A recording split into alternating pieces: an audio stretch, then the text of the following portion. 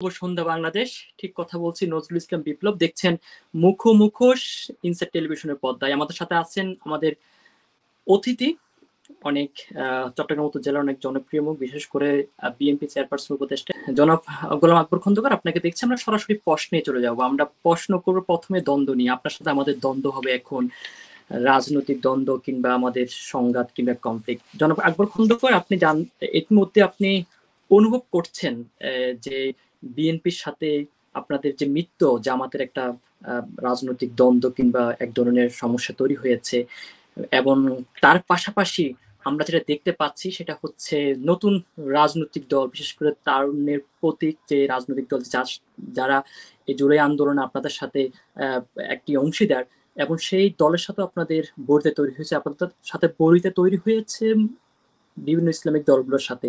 এই যে রাজনৈতিক দ্বন্দ্ব, এই যে তার রাজনৈতিক বৈরিতা, এই বিষয়টা আপনি আসলে কি অনুভব করছেন?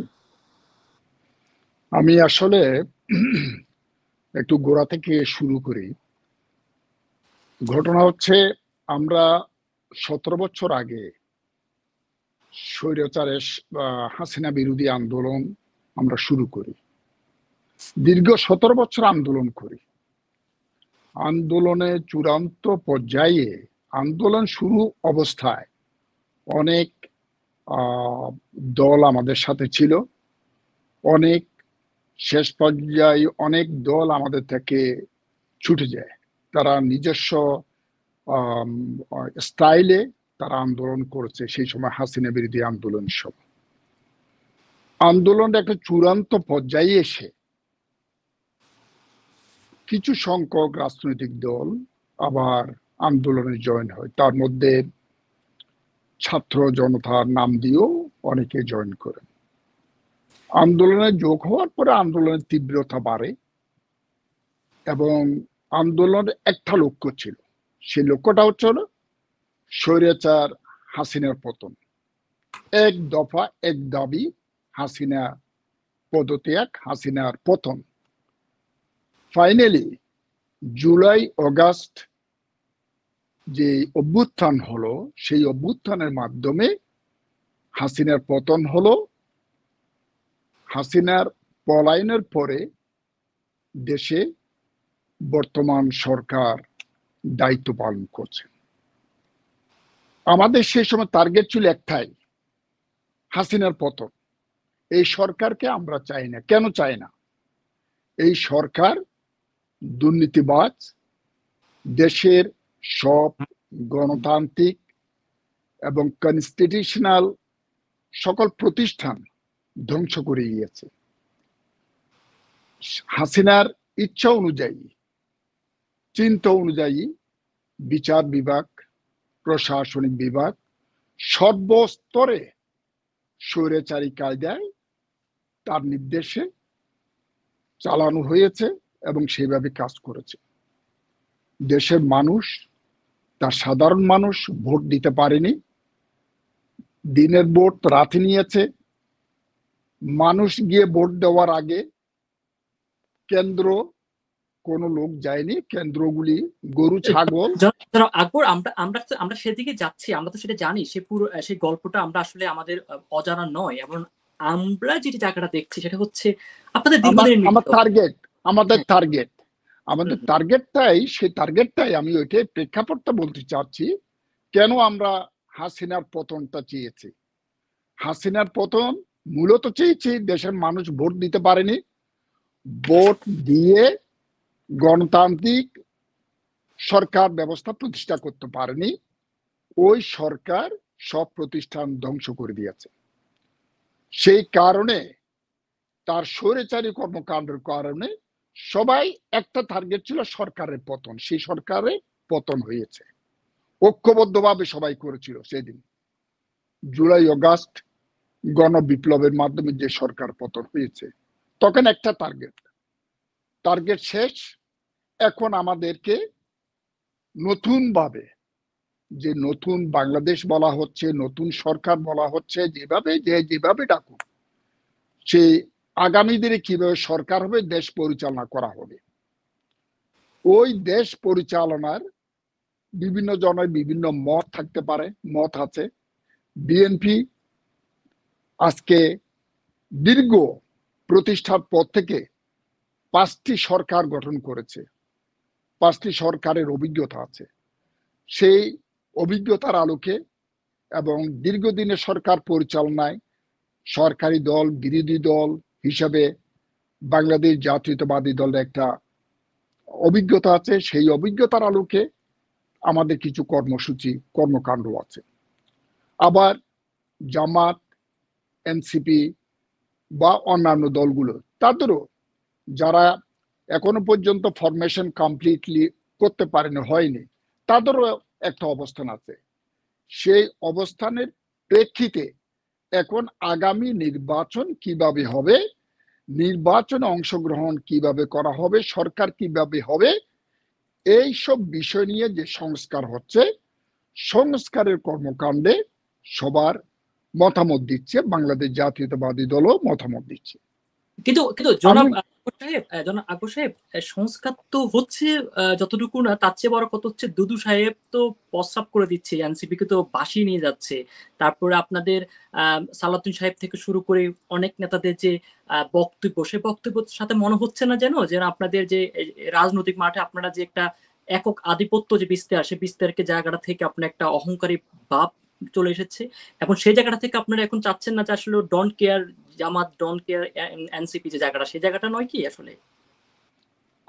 আমি বলি, আমাদের দলের ভারপ্রাপ্ত চেয়ারম্যান অলরেডি কিছুদিন অনেক আগে ঘোষণা করা হয়েছিল, আমরা যেভাবে নির্বাচন করে আমরা সরকার গঠন করার পরে, নির্বাচিত হওয়ার পরে সবাইকে নিয়ে সরকার গঠন করা হবে, সবার মতামতের মূল্যায়ন করা হবে। আর এখানে বাংলাদেশ জাতীয়তাবাদী দল ড্যাম কেয়ার বা কাউকে অ্যাকসেপ্ট করবে না, কাউকে গ্রহণযোগ্যতার মধ্যে নেবে না, এই ধরনের মানসিকতা বিএনপি কোনো সময় পোষণ করেনি, সামনেও পোষণ করবে না।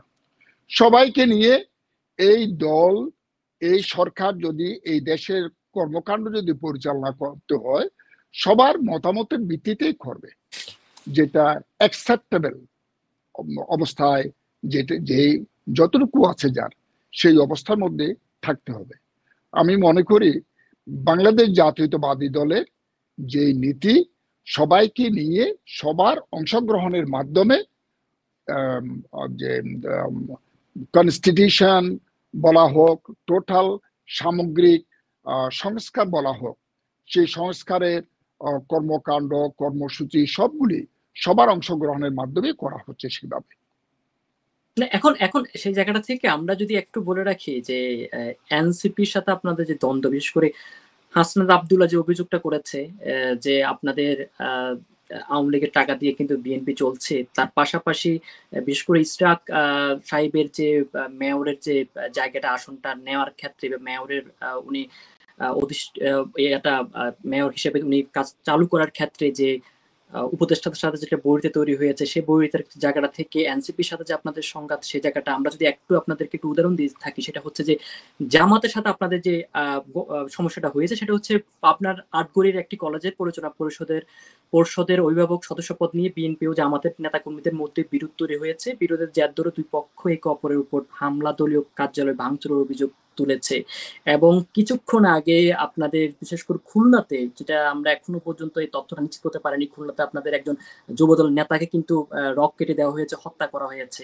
সব মিলিয়ে জামাতের সাথে আপনাদের কিন্তু মাত্র শুরু হয়েছে। বিশেষ করে আপনাদের এতদিনে ছিল বাক যুদ্ধ, এখন এনসিপি বা জামাতের সাথে বাকযুদ্ধ ছিল, এখন কিন্তু শুরু হয়েছে আপনাদের সরাসরি সংঘাতে। সেই জায়গাটা থেকে আমাদের একটা উদাহরণ দিয়েছি, বাংলাদেশে কিন্তু এরকম অনেক জায়গায় দখলদারিত্ব কিংবা মত বিরোধের যে জায়গাটা, সেই জায়গাটা থেকে মনে করছেন না যে বিরোধী শক্তি যেটা আপনারা প্রতিহত করেছেন, আপনারা বিতাড়িত করেছেন, ওরা এখন আবার সুযোগ পাবে? এই জায়গাটা আপনাদের কি মনে হচ্ছে? প্রথমে আমি একটা কথা বলি, সেটা হচ্ছে আওয়ামী লীগের টাকা নিয়ে বিএনপিকে রাজনীতি করতে হবে, যে কথাটা বলা হচ্ছে, এটা একটা ইমেচিউর টকিং। কোন পরিপক্ক রাজনীতিবিদের এই ধরনের কথা বলে না, ইমেচিউর টকিং। কেন ইমেচিউর টকিং? আওয়ামী লীগ বিএনপিকে টাকা দেবে কেন? দীর্ঘ 17 বছর এই বিএনপিকে আওয়ামী লীগের নির্যাতনে থাকতে হয়েছে, লক্ষ লক্ষ মামলা হয়েছে। আমাদের সবাইকে যারা দেশে ছিল সবাইকে মামলা হামলা গ্রেপ্তার করা হয়েছে, কারাগারে থাকতে হয়েছে। আবার আওয়ামী লীগ বিএনপিকে টাকা দেবে, এটা কি কারণে দেবে? কিন্তু আর কিন্তু জনাব বিএনপিও কেমন করবে? এই জায়গাটা অ্যাড করে এসালামের কথা মনে আছে মনে হয় আপনাদের? সেটা জুলাই বিচ্ছিন্ন কোনো ঘটনা হতে পারে, বিচ্ছিন্ন এসালামের কোনো ওখানে নো। এস আলম কাউকে টাকা দিয়েছে এমন কোনো প্রমাণ নেই। আর বিএনপির কয়েক নেতা বা কর্মী শুধুমাত্র কেউ টাকা, গাড়িটা ইউজ করা হয়েছে, গাড়িটা ইউজ না, করেছে। গাড়ি হতে পারে। এখন সালাউদ্দিন সাহেব গাড়ি ইউজ করেছেন, অনেক গাড়ি আছে আমাদের এখানে। যে কোনো একটা মিটিং, কাউকে রিসিভ করার জন্য বা কোথাও একজন নেতা আসলে, একজন বড় নেতা আসলে তাকে রিসিভ করার জন্য বিভিন্ন ধরনের মানুষ যায়, গাড়ি যায়। এখন উনি তো জানেন না যে এটা এস আলমের গাড়ি বা কেউ গাড়ি। এস আলমও সেখানে চট্টগ্রামের সন্তান ছিল। আমার কথা হচ্ছে এটা কার গাড়ি লেখা নাই, উনি উঠেছেন। পরে উনি সরি যখন জানলেন উনি দুঃখ প্রকাশ করেছেন এটার জন্য। তো কোন একটা বিচ্ছিন্ন ঘটনা নিয়ে টোটাল সামগ্রিকভাবে আওয়ামী লীগ বিএনপি কে টাকা দিয়েছে বা বিএনপি আওয়ামী লীগকে সহযোগিতা করতেছে, এই ধরনের আসলে মন্তব্য করাটা উচিত না, কিন্তু 5 যতক্ষণ না আগস্টের পর্যন্ত পরের এটা কথা বলি। কনফার্মেশন হয়। জনাব আকবর সাহেব, ইয়েস, 5 আগস্টের ইয়েস, পরের কথা বলি। মিরসরাইয়ের একটা ঘটনা, আপনার বিরুদ্ধে অভিযোগ উঠেছে, আপনি মিরসরাই ষোড়শ দোসর আওয়ামী লীগের বাসায় কারেক্ট, উঠেছেন। কারেক্ট, ওখানে কারেক্ট, কিন্তু কারেক্ট। যেটা হচ্ছে আপনার নেতা কর্মীরাই কিন্তু আপনাকে অবরোধ করেছে, পরবর্তীতে প্রশাসন হস্তক্ষেপ আপনাকে এখানে নিতে হয়েছে। না, আমি আসলে ঘটনাটা একটু এক্সপ্লেইন করি। হ্যাঁ হ্যাঁ ইয়েস, হ্যাঁ। সুন্দর সুন্দর, আমি ঘটনাটা এক্সপ্লেইন করি। আমি যার বাড়িতে গিয়েছি তার নাম হচ্ছে মনিরুল ইসলাম ইউসুফ। মনিরুল ইসলাম ইউসুফ হচ্ছেন আমাদের মুক্তিযোদ্ধা দলের সিনিয়র ভাইস প্রেসিডেন্ট, কেন্দ্রীয় মুক্তিযোদ্ধা দলের সিনিয়র ভাইস প্রেসিডেন্ট মুক্তিযোদ্ধা দলের, এবং আমাদের উপজেলা বিএনপির 3 নম্বর সদস্য মনিরুল ইসলাম ইউসুফ। ওই বাড়িটা ছিল মনিরুল ইসলাম ইউসুফের বাড়ি, ইউসুফ কুটির, নামও হচ্ছে ইউসুফ কুটির। আমার পূর্বে এই মনিরুল ইসলাম ইউসুফের আমাদের স্ট্যান্ডিং কমিটির মেম্বার ব্রিগেডিয়ার হান্নান সাহেব, ডক্টর প্রায় কয়েকজন আমাদের স্ট্যান্ডিং কমিটির মেম্বার গিয়েছেন। আমি ঢাকা যাওয়ার পথে ওখানে মিরসরাইয়ের পৌরসভার সভাপতি ফকির মারা গিয়েছে, আমি তার কবরটা জিয়ারত করাবো। তখন উনি আমাকে বললেন যে আমার বাসায় দুপুরবেলা একটু কিছু খাবেন বা চা খাবেন, আপনি একটু আসলে, সবাই এসেছে, আপনি একটু আসলে আমার খুব খুশি হব। ওটা কি ইউসুফের বাসায় স্বাভাবিক, নাকি আওয়ামী লীগের কোন নেতার বাসায়? ইউসুফের বাড়ি। ইউসুফের বড় ছেলেটা এলিট, ইউসুফের বড় ছেলে এলিট, যুবলীগের মেম্বার বলে শুনেছি আমি। সে কিন্তু এলাকায় কোনো পলিটিক্স করে না, সে এমনি অ্যাক্টিভ কোনো পলিটিক্স করে না, সে মূলত ব্যবসায়ী। অনেক ব্যবসায়ী রাজনীতির সাথে ইনভলভ হয় সে। তার সাথে আমার কথা হয়েছে, আমাকে ইউসুফ কনফার্ম করছে এখানে এলিট আসে না, মাঝে মধ্যে আসলে ঘুরে চলে যায়। মূলত বাড়িটাই হচ্ছে এলিট, এই মনিরুল ইসলাম ইউসুফের, তার সন্তানের বাড়ি না। বাড়ির নাম হচ্ছে ইউসুফ কুটির। সুতরাং এটা কিভাবে, বাংলাদেশে এমন নজির আছে, বাপ বিএনপি করে, ছেলে আওয়ামী লীগ করে, ছেলে আওয়ামী লীগ করে, বাপ বিএনপি করে, অনেক নজির এটা আছে। তো আপনাদের বিশেষ করে আওয়ামী লীগ বিএনপির ট্রেডিশন, সেটা হচ্ছে আমরা দুজন দুই দলে থাকবো, এবার যে দল ক্ষমতা আসবে সে দল আমাদের সরকার। এই ধরনের একটা ট্রেডিশনালি যেটা হচ্ছে বাংলাদেশের, কিন্তু যেমন আমি আমি আপনার আপনার সংসদীয় আসনে যাব, আমরা রাউজানের দিকে যাব, আরো পরে যাব, রাউজানের নিয়ে আমাদের অনেক প্রশ্ন আছে, অনেক প্রশ্ন আছে, আমরা সেটাতে যাব। কিন্তু সব মিলিয়ে যেটা হচ্ছে যে এই যে আপনারা যেটা বলছেন, যে মতনৈক্য কিংবা আপনাদের মধ্যে যে বিরোধ, জামাতের সাথে এনসিপির সাথে আপনি কি স্পষ্ট দেখতে পাচ্ছেন একটা বিরোধ হচ্ছে, নাকি আসলে এটা রাজনৈতিক কৌশল বা রাজনৈতিক আমি বাকযুদ্ধ? আমি এটাকে বিরোধ হিসেবে দেখব না, আমি বলবো এটা শুধুমাত্র আগামী নির্বাচনকে টার্গেট করে করা হচ্ছে এই জিনিসটা। যেমন এই যে কয়েকদিন আগে আমাদের চিফ অ্যাডভাইজার সাহেব ডিসেম্বরের মধ্যে নির্বাচন প্রক্রিয়া সম্পন্ন করার জন্য নির্দেশ দিয়েছেন বা সিদ্ধান্ত নিয়েছেন। দেশের মানুষ এটাকে হিল করছে, সবাই শান্ত, এটা খুব ভালোভাবে নিয়েছে। আর যখন তারা যতক্ষণ পর্যন্ত চিফ অ্যাডভাইজার বলেছেন জুনের শেষ নাগাদ আমরা জানুয়ারি থেকে জুন পর্যন্ত নির্বাচন হবে, একটা অনিশ্চয়তা তখন পর্যন্ত সবাই শঙ্কিত ছিল। গন্তব্যহীন একটা যাত্রা আর নিশ্চিত যাত্রার মধ্যে ডিফারেন্স আছে। যেহেতু গভর্নমেন্ট একটা নির্বাচন ইস্যু নির্দেশনাতে এসে গেছে, এখন আমি মনে করি কোনো ধরনের আর ভুল বুঝাবুঝি হবে না, এবং সামনে নির্বাচন যদি ডেট হয়ে যায় আরো এই ব্যাপারে কোনো দ্বিমত থাকবে না আমি মনে করি। ওকে, আমরা আশা করি সেই মতানৈক্যগুলো দূর হবে এবং আপনারা খুব ঐক্যমতের ভিত্তিতে আপনারা আপনাদের রাজনৈতিক কার্যক্রম চালিয়ে যাবেন। আমরা প্রশ্ন যাব এখন ঘর সামলানোর বিষয় নিয়ে। ঘর নিয়ে প্রচন্ড টেনশন বিএনপির মধ্যে, বিশেষ করে আমরা জনগণ অনেক টেনশনে আছি।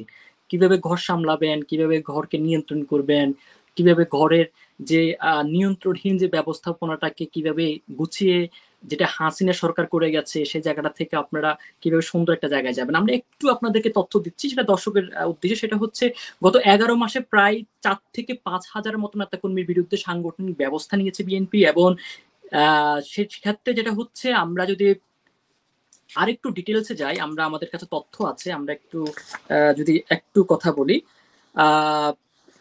5 আগস্ট শেখ হাসিনার পতনের পর থেকে বিএনপি অন্তত 1031 জন নেতাকে কেন্দ্রীয়ভাবে বহিষ্কার করা হয়েছে, অব্যাহতি দেওয়া হয়েছে। আরো 1200 জনকে কারণ দর্শানোর নোটিশ দেওয়া হয়েছে। সেখানে আপনিও আছেন এবং আপনার রাউজানের আরেকজন প্রভাবশালী নেতাও আছে। আমরা ঠিক রাউজানের পরে যাব। তারপর আমরা একটু বলে রাখি যে গড় গোছানোর বিষয়ে, যে আপনাদের যে চ্যালেঞ্জিং যে জায়গাটা, আমরা যদি একটু আরেকটু জায়গায় যদি আমরা একটু যেতে চাই, সেটা হচ্ছে চ্যালেঞ্জিং এর জায়গাতে বিএনপির আমরা বিশেষ করে বিএনপিতে চ্যালেঞ্জিং এর জায়গাটাতে বিভিন্ন নিউজ পেপারে যেটা 5টা চ্যালেঞ্জিং এর কথা বলা হয়েছে। সেটা হচ্ছে জাতীয় সংসদ নির্বাচনের আগে স্থানীয় সরকার নির্বাচনের দাবি, দলের অভ্যন্তরীণ কন্ট্রোল মেটানো, পিআর পদ্ধতি নির্বাচনের দাবি, সংস্কার নিয়ে চূড়ান্ত ঐক্যমত না পৌঁছানো এবং ইসলামী দলগুলোর সম্ভাব্য জোট। এই 5টা বিষয় আপনি অবশ্যই অবগত আছেন। আমরা 2টা বিষয় নিয়ে সবচেয়ে বেশি কথা বলবো। সেটা হচ্ছে এখানে যে আপনাদের দলের যে বিষয়টা, দল সামলানোর বিষয়টা, সেটা কি মনে করছেন, আপনারা চেষ্টা করছেন, কিংবা আপনাদের দল নিয়ন্ত্রণহীন, কোনটা আপনারা মনে করছেন? আমি বলি, এখন দল সামলানো কঠিন এই ধরনের কোনো পরিস্থিতির সৃষ্টি হয়েছে বলে আমি মনে করি না। দীর্ঘ 17-18 বছর বিএনপি ক্ষমতার বাইরে স্বাভাবিকভাবে নির্যাতন, প্রায় নেতাকর্মী নির্যাতন হয়েছে, মামলা হামলা শিকার হয়েছে, বিভিন্ন ধরনের হয়েছে। বাংলাদেশ জাতীয়তাবাদী দল একটি বড় সংগঠন, বাংলাদেশের এই মুহূর্তে সবচাইতে লার্জেস্ট পলিটিক্যাল পার্টি হচ্ছে বাংলাদেশ বিএনপি এখন এই মুহূর্তে। সুতরাং বিএনপি যে সকল কর্মকাণ্ডের মধ্যে ইনভলভ হয়েছে নেগেটিভ কর্মকাণ্ডের মধ্যে, তাই না, অন্যান্য দলও এই নেগেটিভ কর্মকাণ্ডের মধ্যে ইনভলভ হয়েছে। তবে যেহেতু বাংলাদেশের মধ্যে বিএনপির অবস্থানটা বড় বা বড় একটি রাজনৈতিক দল, বিএনপির কর্মকাণ্ডগুলো সবার চোখে পড়ে, সামনে আসছে, সেই জন্য ওইটা নিয়ে একটু আলাপ আলোচনা। আর আপনি বললেন বিএনপি থেকে এত হাজার মানুষকে শাস্তি প্রদান করা হয়েছে, অবশ্যই করা হয়েছে। দলীয় শৃঙ্খলা কঠোরভাবে মানার জন্য এটাকে করা হয়েছে। বিকজ বাংলাদেশ জাতীয়তাবাদী দল, আমাদের দলের হাইকমান্ড দলের শৃঙ্খলা ঠিক রাখার জন্য কঠোর অবস্থান গ্রহণ করেছে। সেটা আমরা এটাকে সাধুবাদ জানাই, স্বাগতম জানাই। দলের শৃঙ্খলা রক্ষার জন্য যে কোনো সিদ্ধান্ত দল নিতে পারে, এবং সেটা তো সেটা লন্ডন ভিত্তিক যে নির্দেশনা, এবং সেটা হচ্ছে আপনাদের স্থায়ী কমিটির যে নির্দেশনা, সেটা তো তৃণমূল মানছে না জনাব আকবর সাহেব।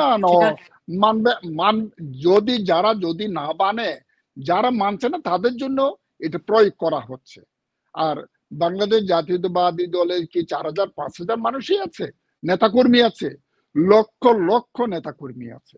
এই লক্ষ লক্ষ নেতাকর্মীর মধ্যে যারা মিসগাইডেড হয়েছে, যারা এই ধরনের কর্মকাণ্ডে ইনভলভ করবে, তাদেরকে এই শোকজ বা সাংগঠনিক ব্যবস্থা নিয়েছে।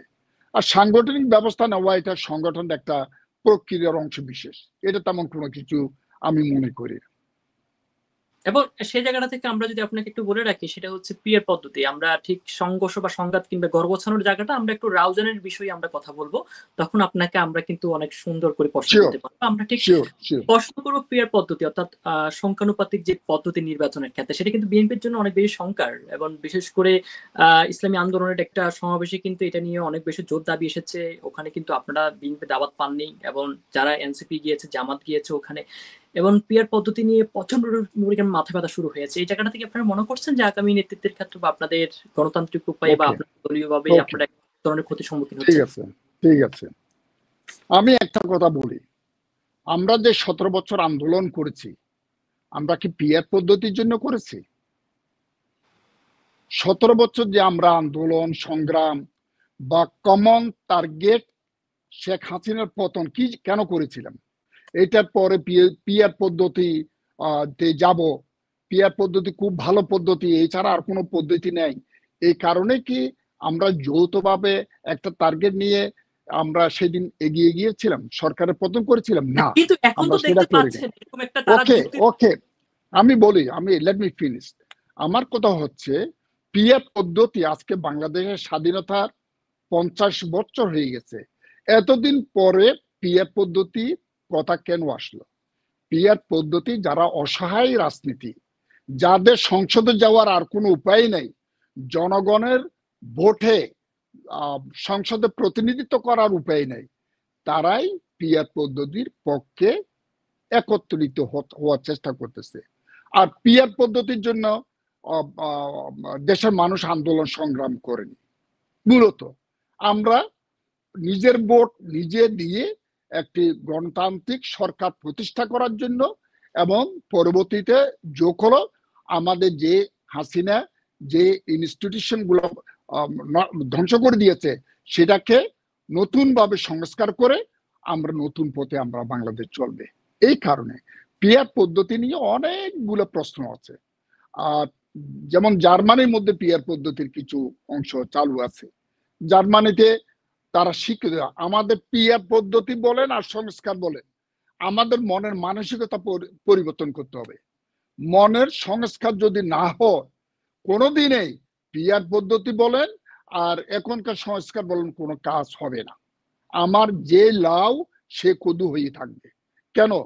আমরা আওয়ামী লীগ এবং জামাত তত্ত্বাবধায়ক সরকারের জন্য দাবি করা হয়েছিল 96-এ। বিএনপি 15 ফেব্রুয়ারির নির্বাচন করেছিল। সেই নির্বাচনের উদ্দেশ্যটা কি ছিল? উদ্দেশ্যটা ছিল এই তত্ত্বাবধায়ক সরকারের ফর্মুলা সংসদের মধ্যে বাস্তব পাশ করা, বিল পাশ করে দেন সেদিন দেশনেত্রী বেগম খালেদা জিয়ার নেতৃত্বে যে সংসদ হয়েছিল সেই সংসদ বিলুপ্ত করা হয়েছে। পরবর্তীতে আসলাম আমরা, আমাদের নীতিগতভাবে সিদ্ধান্ত হয়েছে সবাই তত্ত্বাবধায়ক সরকারের মাধ্যমে সরকার পরিবর্তন হবে। কিন্তু এই পরবর্তীকালে আওয়ামী লীগ একটা প্রসেসের মাধ্যমে সেই তত্ত্বাবধায়ক সরকারের সিস্টেম বাদ দিয়ে একদলীয় সরকার ব্যবস্থার মধ্যে চলে আসলো। আমার যদি মানসিকভাবে যদি আমি চেঞ্জ না হয়, অন্য চেঞ্জ করে লাভ কি আছে?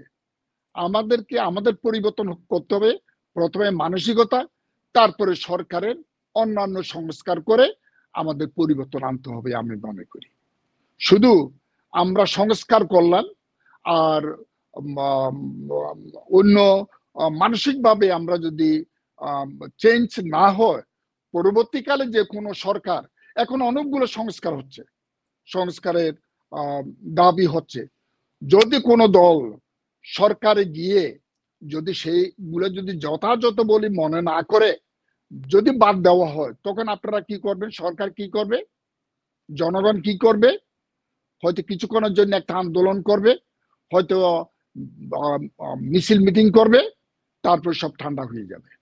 এখন আপনি কি আমার মনে বক্তব্য করছেন হচ্ছে, পিয়ার পদ্ধতিটা আসলে কি? আমার বক্তব্য হচ্ছে না, পিয়ার নতুন সিস্টেম কেন করা হবে?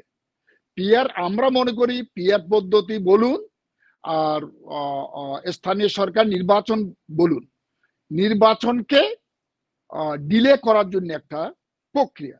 নির্বাচন এখন ডিলে এখানে যেটা আকবর সাহেব, এখানে তো আমি সংস্কারের একটু বিষয় আমি এসেছে। একটু আমি একটু আমি একটু বলি, হুম, পিআর হুম। পদ্ধতি বা স্থানীয় সরকার নির্বাচন বা অন্য কোনো শর্ত দিয়ে যদি আনা হয় এবং সেটা নিয়ে বাগবারম্বার হবে, পরবর্তীকালে নির্বাচনটা দিলে হবে অথবা নির্বাচন হবে না। আর এই সুযোগে পতিত সরকারের পক্ষে কাজ করার জন্য তৃতীয় পক্ষ আসবে। এই তৃতীয় পক্ষকে নিয়ে আমরা ওয়েট করব, নাকি আমরা যেই কারণে দীর্ঘ 17 বছর দেশের মানুষ আন্দোলন সংগ্রাম করেছে, সরকারের পতন করেছে, সেই টার্গেটটা পূরণ করবে, সেটা আমাদেরকে সিদ্ধান্ত নিতে হবে। আমি আশা করি সরকার এখন জাস্ট লাইন আপ হয়েছে, তার সিদ্ধান্তগুলি বাস্তবায়ন করতেছে। আমরা দেশের মানুষ অপেক্ষা করছে আমরা দেখার জন্য। অবশ্যই আমরা সেটা দেখবো, এবং আমরা ঠিক চাচ্ছি যে সংস্কারের বিষয়ে যে আপনারা যেটা বললেন, যে বাংলাদেশের মানুষ কিন্তু দুটো পরিবার থেকে বের হয়ে আসতে পারেনি, যেটা হচ্ছে জিয়া পরিবার আর মুজিব পরিবার, দুই পরিবার থেকে বের হয়ে আসতে পারেনি। এবং জায়গাটাতে যেটা হচ্ছে যে আপনারা আমরা অলরেডি আলোচনা করেছি, এবং বিশেষ করে আজকেও আমরা যাব যে বাংলাদেশের যে বিএনপির যে কার্যকলাপ বা বিএনপির যে দখলদারিত্বের বিষয়গুলো নিয়ে আমরা কথা বলবো।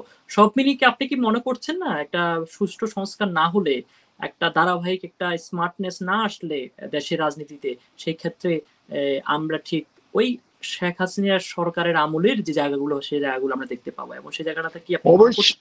অবশ্যই সংস্কার করতে হবে, এটা কোনো বিকল্প নাই। বাট সংস্কারের সাথে সাথে আমাদের মন মানসিকতার পরিবর্তন করতে হবে। আমরা মন মানসিকতা যদি পরিবর্তন না করি, শুধু সংস্কার করলে কাজ হবে না। আর দেশের স্বার্থ, আমার নিজের স্বার্থ, আমার দল যে ক্ষুদ্র হোক বড় হোক, সেটা স্বার্থের উপরে আমার দেশের স্বার্থ ডিপেন্ড করছে। আর সেটা যদি না হয়, তাহলে আমরা সংস্কার করেও লাভ নেই, অন্য ইলেকশন করে বা অন্য কোনো কিছু করেও আমাদের লাভ হবে বলে মনে করি না আমি। ঠিক, আমরা ধন্যবাদ জনাব আকবর। আমরা দর্শক আমরা কিন্তু পেয়েছি আমাদের কোশ্চেন, আমরা একটু কমেন্টসে যাব, আমাদেরকে অনেকে কমেন্টস করেছেন, আমরা একটু পরে দেখার চেষ্টা করব কমেন্টস গুলো। সেটা হচ্ছে আমাদেরকে আবু তাহির প্রশ্ন করেছেন, প্রিয় নেতা জনাব গোলাম আকবর খন্দকার, এর প্রতি শুভকামনা আছে। আমাদেরকে প্রশ্ন করেছেন হারুন রাশিদ, আমাদেরকে লিখেছেন উনি, প্রিয় নেতা গোলাম আকবর খন্দকারের জন্য শুভকামনা, আমাদেরকে শুভকামনা পাঠিয়েছেন, আমাদেরকে তেমন একটি প্রশ্ন করেননি। আমরা আরেকটু যাচ্ছি, আমাদেরকে প্রশ্ন করেছেন রিয়াদুল রহমান, তিনি আমাদেরকে লিখেছেন সন্দীপের ঘটে যাওয়া একটু একটু হ্যাঁ, সন্দীপে ঘটে যাওয়া ঘটনা নিয়ে উনি বিষয়টাকে কিভাবে দেখছেন প্রশ্ন করতে পারেন, এবং আমরা সন্দীপের বিষয় নিয়ে আমরা আসবো। আমরা ঠিক চলে যাচ্ছি চট্টগ্রাম উত্তর জেলাতে। জনাব আকবর খন্দকার, আমি যখন রাউজান নিয়ে যখন আমরা গত দুদিন পর্যন্ত আমরা কিন্তু প্রচুর স্টাডি করেছি, আপনিও স্টাডি করেছেন, আমাদের অনেকগুলা বিষয় কন্টেন্ট আপনি পড়েছেন এবং আমরাও পড়েছি। রাউজান নিয়ে আমি যখন পড়তে যাই, রাউজানের যে দখলদারিত্বের জায়গাটা, এটা কিন্তু এখন থেকে না, সেই স্বাধীনতার পর থেকে সালাউদ্দিন কাদের চৌধুরী পরিবার থেকে শুরু করে প্রত্যেকটা জায়গায় কিন্তু আমরা একটা জায়গায় রাউজানকে দেখেছি, এবং রাউজানের কোনো না কোনো ভাবে যে সালাউদ্দিন কাদের চৌধুরীর পরিবার অথবা যেটা আমাদেরকে যেটা রোমান সাহেবের পরিবারের কেউ না কেউ, এটা হারুন সাহেব এটাকে ইয়ে করেছে। পরবর্তী সময়ে কিন্তু জনাব করিম সাহেব কিন্তু সেটাকে গত 2008 থেকে কিন্তু এই সরকার শাসকের আমল পর্যন্ত আমাদেরকে অনেক বেশি পরিমাণ যারা রাউজানের মানুষদেরকে অনেক, আপনারা যেটা মনে করছেন যেটা উঠে এসেছে, যে প্রচুর সহিংসতা জড়িয়ে গেছে। আমরা যদি রাউজানের একটু হিস্ট্রি একটু দর্শকদেরকে শুনে, তাহলে সেক্ষেত্রে দেখবে রাজনৈতিক সহিংসতা শুরু হয়েছে এরশাদ আমল থেকে রাউজানের। সেক্ষেত্রে আমরা একটু বলে রাখি যে এই জিনিসটা হয়তো বললে জনাব আকবর খন্দকার হয়তো আমাদের আলোচনা করতে সুবিধা হবে। বিএনপি নেতা সালাউদ্দিন কাদের চৌধুরী পরিবারের তৎকালীন আওয়ামী লীগ নেতা আব্দুল্লাহ আল হারুনের অনুসারীদের মধ্যে তখন সংঘর্ষ হতো, এবং মানবতা বিরোধী অপরাধের মামলা সালাউদ্দিন কাদের চৌধুরীর ফাঁসির রায় 2015 সালে হয়, এবং তার পরবর্তীতে হারুন সাহেব মারা যায় 2004 সালে। এবং তারপরে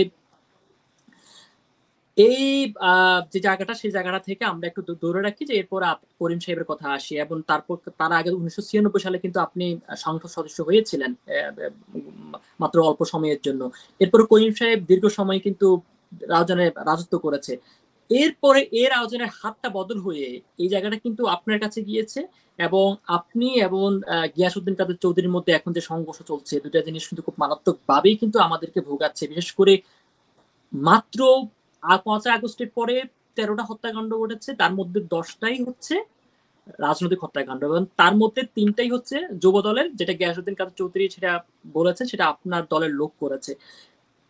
বিভিন্ন প্রকার বালু ব্যবসা, তারপরে অস্ত্র সরবরাহ কিংবা বিভিন্ন প্রকার অভিযোগ আমরা কিন্তু অলরেডি নিউজ পেপারে দেখেছি। সব মিলিয়ে রাউজানের যে পরিস্থিতি, তারপর আমরা উত্তর জেলায় যাবো, আপনার কাছে কি মনে হয় যে আপনি গড় সামলানোর জায়গা থেকে আমরা ফিরে আসলে রাউজানের পরিস্থিতি কি নিয়ন্ত্রণ আছে আপনাদের? আমি রাউজানের আপনি যে স্বাধীনতার পরের অবস্থা আপনি এক্সপ্লেইন করেছেন, আমি বলে নিতে সত্য কথা হচ্ছে রাউজানে এই সরকার আসার পূর্বে 1985 থেকে 1985 ইয়েস 1985 থেকে রাউজানে 100-র উপরে হত্যাকাণ্ড হয়েছে, 100-র উপরে।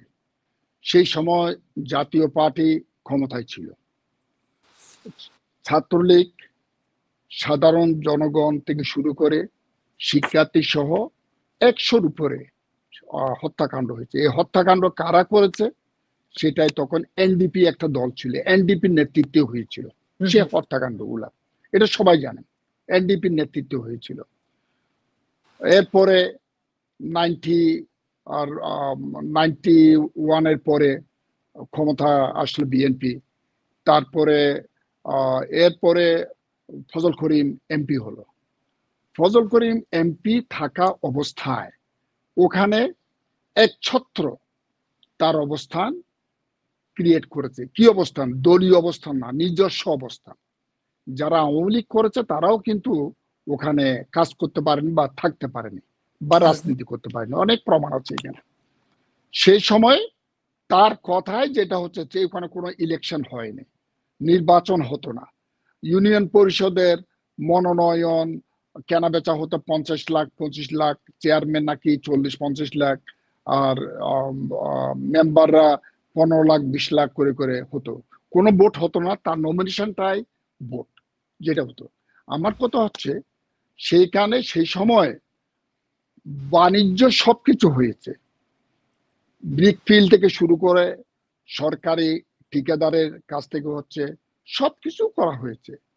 দীর্ঘ দুদণ্ড প্রথাবে দীর্ঘ 17 বছর দেশের এই রাউজানের মানুষ অবস্থান করছে শান্তিপূর্ণভাবে, কেউ এলাকায় থাকতে পারেনি, সবাইকে এলাকা ছাড়া হতে হয়েছে, কেউ থাকতে পারেনি। কোনো বিরোধী দলের কোনো মিটিং মিছিল করতে দেওয়া হয়নি, একথা খুবই সত্য। স্বাভাবিকভাবে 5 আগস্টের পট পরিবর্তনের পরে এইখানে দেশের মানুষ, রাউজানের মানুষ আশা করেছিল, তারাই বলেছে, আওয়ামী লীগের মুখে থেকে বলে ফেরাউনের পতন হয়েছে, ফেরাউনের পতন হয়েছে, আর কোন ফেরাউন জন্ম নেবে না, শান্তিপূর্ণভাবে মানুষ এলাকায় থাকতে পারবে। শহরে যারা ছিল তারা গ্রামে গঞ্জে ফিরে আসলো একটা শান্তিপূর্ণ পরিবেশ ফিরে পাওয়ার আশায়। বাস্তবে কি দেখলো? বাস্তবে দেখলো দীর্ঘ 17 বছর যেই অবস্থার সৃষ্টি হয়েছে রাউজানে ফজল করিমের সময়, আমরা এই 7-8 মাসে আমাদের অবস্থান খুবই খারাপ করেছি। দেশের এলাকার জনগণ বলে আমরা 7-8 মাসে যে অবস্থার শিকার হয়েছি, আমরা আগের অবস্থান তো স্বৈরাচার অবস্থান তো ভালো ছিল, এই অবস্থান তো আমরা কোনো সময় কামনা করিনি। কেন কামনা করিনি? এইখানে ব্রিকফিল্ডকে টাকা দিতে হচ্ছে, রাস্তাঘাটের কাজ করতে হলে টাকা দিতে হচ্ছে, দেশের সাধারণ মানুষ নিজস্ব বাড়িঘর করতে হলেও চাঁদা দিতে হচ্ছে, রাস্তার উন্নয়ন কর্মকাণ্ডের টাকা না দিলে বন্ধ করে দিচ্ছে হচ্ছে। এই যে বালি থেকে খালের বালু তুলে ওখানেও চাঁদাবাজি হচ্ছে, মাটি কাটা নিয়ে চাঁদাবাজি হচ্ছে, রাঙ্গামাটি থেকে গাছের ট্রাক আসছে যে দৈনিক 20-30টা, সবগুলো ট্রাক থেকে টাকা দিতে হচ্ছে। 70% একজনের কাছে চলে যায়, আর 25-30% টাকা নিজস্ব কর্মীরা থাকে। এই নিজস্ব কর্মীদের থেকে এই টাকা পয়সা দিয়ে তারা অস্ত্র কিনেছে। এখন ওই অস্ত্র দিয়ে নিজস্ব গ্রুপিং এর মধ্যে এইখানে কিলিংসটা হচ্ছে, হত্যাকাণ্ডগুলো হচ্ছে। এখানে রাজনৈতিক, আমি একটু বলি ক্লিয়ার করি, এই রাজনৈতিক কোন দ্বন্দ্বের কারণে, আদর্শের দ্বন্দ্বের কারণে কোনো কিছু হয়নি, বা প্রভাব বিস্তারের জন্য করা হয়নি। এটা কিছু কিছু পত্রিকা নিজেদের ইচ্ছাকৃত অথবা এটা করানো হচ্ছে, লেখানো হচ্ছে। আসলে রাজনৈতিক কোন দ্বন্দ্বের কারণে এখানে হত্যাকাণ্ডগুলো হয়েছে। কিন্তু জনাব নিজস্ব গিয়াসউদ্দিন কাদের গ্রুপিং, বলেছেন। আমি একটু বলি নিজস্ব গ্রুপিং এর মধ্যে এই গ্রুপিংটা যে কয়েকদিন আগে হলো যে হত্যাকাণ্ড সেলিম, এই সেলিম আমার সাথেও কোনো সংশ্লিষ্ট না। যেটা মোস্তফা ফিরোজ বলেছে আমার গ্রুপকে গিয়াসউদ্দিন কাদেরের গ্রুপকে হত্যাকাণ্ড করেছে, আসলে সেও আমি নিজেও চিনি না, আমার সাথেও না। এটা রং। এটা তাদের লোক, তাদের সন্ত্রাসী দিয়ে তাদেরকে মারা হয়েছিল। পেয়ারুল ইসলাম বাবু, আমি একটু একটু বাস্তব কথা বলি। পেয়ারুল ইসলাম বাবু হচ্ছে আমার ছাত্র দলের জেলার একজন সিনিয়র নেতা। এটা তাদের ছিল একসময়। এই পেয়ারুল ইসলাম বাবু, আমি তাকে রাউজানের প্রেসিডেন্ট সেক্রেটারি বানাইতে পারিনি, এই কারণে পার্টি অফিসে নাসিম ভবনে আমার কুশপুত্তলিকা দাহ করেছে, আমাকে গালাগালি করছে। ওকে, আমি কোনো বাদ প্রতিবাদ করিনি। আমি চিন্তা করলাম সে মনের দুঃখে করেছে, বাট পরে শুনলাম সে নির্দেশিত হয়ে নেতার নির্দেশে কুশপুত্তলিকা দাহ করেছে। ওকে রাইট, আমি কোনো অ্যাকশন রিয়াকশন আমি কোনো ধরনের মন্তব্য করিনি। কিন্তু সে পরবর্তীতে তাকে হত্যা করার জন্য তাকে হামলা করা হয়েছে, তার কোমর থেকে নিচে পর্যন্ত সব ডিজেবল করা হয়েছে রক্তাক্ত করে। যে প্রায় 2 মাস পরে আমি তাকে তার বাসায় দেখতে যাই। আমি কি হলো, তোমাকে এটা কে করছো? বলছে আমাদের নেতা গিয়াসউদ্দিন কাদের। কেন মারছে? বলে গিয়াসউদ্দিন কাদের আর গিয়াসউদ্দিন কাদেরের ছেলে বলেছে কোন একজন সন্ত্রাসীকে পায়ে ধরে মাপ চাওয়ার জন্য। আমি পায়ে ধরে মাপ না চাওয়ার আমি বললাম যে আমি পায়ে ধরে মাপ চাইতে পারবো না, অ্যাটলিস্ট আমি সরি বলবো। তো এটা না চাওয়ার কারণে আমার উপর ওই রায়হান সন্ত্রাসীকে বলল আমাকে হত্যা করার জন্য। সেই হিসাবে আজকে আমি বেঁচে আছি, বিকলাঙ্গ হয়ে বেঁচে আছি, মৃত্যু থেকে আমরা বেঁচে আছি। অসংখ্য নেতা কর্মী গত 5 আগস্টের পরে প্রায় 9-10 জন লোক হত্যাকাণ্ড হয়েছে। আমি বলবো অ্যাক্টিভলি কেউ বাংলাদেশ জাতীয়তাবাদী দল অঙ্গ সংগঠন নেতা কর্মী না, তারা দলকে ইউজ করতেছে, দলের নাম ইউজ করতেছে। আমারও কোনো নেতা কর্মী না। যারা মেরেছে তারা, যারা মেরেছে, যারা নিহত হয়েছে তারা একই বলয়ের ছেলে, একই বলয়ের ছেলে। বাংলাদেশ আওয়ামী লীগের, যুবলীগের, ছাত্রলীগের, আমি বলি যুবলীগের, এই যে আমার সাথে আছে বলে প্রমাণ দেখায়। আমার সাথে কোন যুবলীগ, জনাব গিয়াসউদ্দিন কাদের চৌধুরী অভিযোগ করেছে। আমি বলি, আমি কে অভিযোগ করছে, এখানে অভিযোগ অনেকে করতে পারে। আমার কথা হচ্ছে অভিযোগটা কতটুকু সত্য, অভিযোগটা কতটুকু সত্য কেউ বলেছে এটা নিয়ে বলার কোনো কিছু নেই। যেমন মোস্তফা ফিরোজের চ্যানেলে বলা হয়েছে গিয়াসউদ্দিন কাদেরের লোক গোলাম আকবর খন্দকারের যুব দলের ছেলেকে মেরে ফেলেছে। আসলে আমি এটা প্রতিবাদ করছি, আসলে আমার না, এটা তাদের এই ইন্টারনাল গ্রুপিং এর কারণে চাঁদা নিয়ে ভাগাভাগি, ওই চুয়েটে টেন্ডার নিয়ে ভাগাভাগি, এই ভাগাভাগির কারণে নেতাই এক গ্রুপকে সমর্থন দিয়েছে আর গ্রুপের উপর নির্দেশ হলো তাকে মেরে ফেলার জন্য। ঘটনা হচ্ছে সেটাই। আমার কোনো নেতা কর্মী এখানে হত্যাকাণ্ড হয়ে নেই। Specific each and every one, কেউ আমাদের সাথে বিএনপির সাথে একটি পলিটিক্স করে না। আগে কোনো তাদের সন্ত্রাসী কর্মকাণ্ড ছিল, তারা বিদেশে চলে গিয়েছিল। আপনি মনে করছেন যে যারা অভিযোগ করতেছে তাদের মধ্যে 2 গ্রুপ আছে, এক গ্রুপ বলতেছে এটা করো আর এক গ্রুপ বলতেছে ওদেরকে মারো, এই বিষয়টি এরকম কি? না না, 2 গ্রুপ না, এক গ্রুপে, এক গ্রুপের মধ্যে গ্রুপ থেকে, হ্যাঁ সেম গ্রুপ থেকে মতানৈক্য হলে তার উপর শাস্তি খড়গ নেমে আসে, এটা হচ্ছে মূল কথা। এখন আপনি কিভাবে দেখছেন জনাব গিয়াসউদ্দিন কাদের চৌধুরী সেটা সেই যেটা বলেছে যে আওয়ামী লীগের সন্ত্রাসীদের আশ্রয় দিচ্ছেন গোলাম আকবর খন্দকার, তারাই আমরা অনুসারী বিএনপি নেতা কর্মীদের গুলি করে মারছে, সেটা গিয়াসউদ্দিন কাদের চৌধুরীর কথা। ওকে, খুব ভালো কথা, খুব ভালো কথা। এই যে সেদিন যে লাস্ট ঘটনাটা হলো কয়েকদিন আগে, এটা আমি নির্দেশ দিয়েছি। এই রায়হান কে মেরেছে?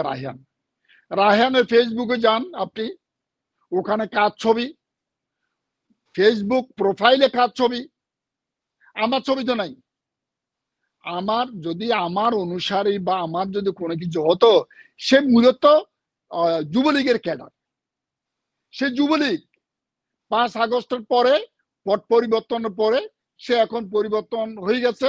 আর আমার দলের কোনো কিছুই নাই, নেতাও না কর্মীও না, সে যুবলীগের ক্যাডার। তার ফেসবুক, রায়হানের ফেসবুক প্রোফাইলে আপনি যান, ছবিটা কার ফেসবুক, এটা তো আর সরাতে পারবে না, আমারও নাই। আপনি কার এটা বলার অপেক্ষা রাখে না। আমি কারণ নাম উল্লেখ এখন করতে চাই না। যেটা হচ্ছে জনাব আকবর সাহেব, যেটা হচ্ছে আমরা যেটা বাংলাদেশের রাজনৈতিক সংস্কৃতি যেটা দেখি, যেটা হচ্ছে যে স্লোগান দেওয়ার সময় নেতা কর্মী আমার, আবার যখন অপকর্ম করে তখন আমরা ওটাকে অস্বীকার করি। তবে সেই ক্ষেত্রে আমরা গিয়াসউদ্দিন কাদের চৌধুরীকে আমরা আমাদের মুখোমুখি আনবো, তখন আমরা হয়তো ওনার কাছ থেকে বিস্তারিত জানতে পারবো। কিন্তু আপনি একজন প্রভাবশালী নেতা, বিশেষ করে চট্টগ্রাম জেলার আপনি অভিভাবক, এবং আপনি যেটা আপনি রাষ্ট্রদূত ছিলেন, আপনি সংসদ ছিলেন, এবং আপনার যেটা হচ্ছে যে আপনি প্রধান বিএনপির চেয়ারপারসন উপদেষ্টা, সব মিলিয়ে আপনার খুবই প্রভাব আছে। কেন আপনি এই বিষয়গুলো কন্ট্রোল করতে পারতেছেন না? কেন আপনি উপর মহল দ্বারা এটাকে সংশোধন করতে পারতেছেন না? আমার দল এই ব্যাপারে কঠোর অবস্থানে আছে। যারাই এই কর্মকাণ্ডে ইনভলভ হচ্ছে তাদেরকে জবাবদিহির আওতার মধ্যে আনা হয়েছে। আগেও আমাদের রাউজানের মধ্যে চাঁদা না দেওয়ার জন্য ঘরবাড়ি জ্বালিয়ে দেওয়া হয়েছে, চাঁদা তোলা, ব্রিক ফিল্ড থেকে টাকা আদায় করা, রাস্তার কাজ বন্ধ করে দেওয়া, অসংখ্য অসংখ্য অভিযোগ, যার ভিত্তিতে আমাদের দলের রাউজানের কর্মকাণ্ডের জন্য শোকজ করা হয়েছিল, সতর্ক করা হয়েছে। যিনি আপনি যার কথাই বলছেন তার বিরুদ্ধে। সুতরাং দলের এখানে অবস্থানের কোনো কমতি নেই, কঠোর অবস্থানে দল আছে। কিন্তু কেউ যদি এটাকে যদি আশ্রয় প্রশ্রয় দেয়, তখন আরেকজন কি করবে? অন্য সাধারণ মানুষ কি করবে? সাধারণ মানুষ তো এটা শিকার। সাধারণ মানুষ এখন বলছে আমরা 17 বছর ভালো ছিলাম, 6 মাস 7 মাসের কর্মকাণ্ডে আমরা 17 বছর ভালো ছিলাম, এই অবস্থা আমরা দেখতে চাইনি। এবং বিএনপির কোন নেতাকর্মী যারা অরিজিনাল বিএনপি, শহীদ প্রেসিডেন্ট জিয়াউর রহমানের আদর্শের বিএনপি যারা নেতাকর্মী, তারা কোনো অবস্থাতে কোথাও এই ধরনের কর্মকাণ্ডের মধ্যে যুক্ত নয়। এটা আমি দায়িত্বহীন ভাষায় আমি বলতে পারবো। তাহলে করেটাকে জনাব করেটাকে আমরা যদি তো আমি বললাম, আমি তো বললাম, ক্লিয়ার করে দিলাম তো আমি। যারা আপনারা একটা কাজ করেন নিরপেক্ষভাবে একটা জিনিস, এখন আমি বলছি আমার নাই, তুমি বলছো তোমার নাই, ওকে, তাহলে এটা কি হবে? প্রমাণ। তার ব্যাকগ্রাউন্ড কি? যে 8-10 জন লোক মারা গিয়েছে তারা অতীতে কার অনুসারী, বর্তমানে কার অনুসারী, যারা মারা গিয়েছে।